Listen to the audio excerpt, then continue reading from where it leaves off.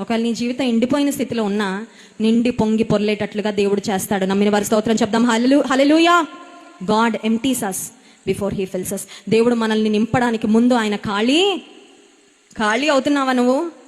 ఖాళీ అయిపోతున్నానండి. ఎంత ఖాళీ అయిపోతుంటే అంత నిరాశ వచ్చేస్తుందండి. పూర్తిగా ఖాళీ అయిపోని ఎంత త్వరగా ఖాళీ అయిపోతావు అంత త్వరగా ఆయన నింపడము ప్రారంభిస్తాడు. స్తోత్రం చెప్దాం. హల్లెలూయా. చాలాసార్లు మనలో ఉన్న లోపాలు, మనలో ఉన్న పాపము, మనలో ఉన్న అసూయ, మనలో ఉన్న లోక సంబంధమైన అనుభవాలు అలాగే పెట్టుకొని, నింపయ్యా, నీ శక్తితో నింపయ్యా, నీ ఆత్మతో నింపయ్యా, నీ ప్రభావంతో నింపయ్యా, నీ మహిమతో నింపయ్యా అని అడుగుతాను. దేవుడు అంటాడు, ముందు నువ్వు ఖాళీ చేయి. First empty your self.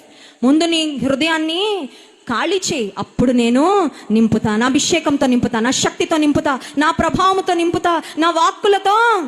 లోక సంబంధమైన మాటలు మాట్లాడుతూ అదే నోటితో నా సువార్త ప్రకటించాలి కాదు, అట్లా కాదు. First empty your self. లోక సంబంధమైన అనుభవాలన్నీ తీసే, అప్పుడు నిన్ను నా నోటిగా వాడుకుంటా. నమ్మిన వారి స్తోత్రం చెప్దాం. హల్లెలూయా.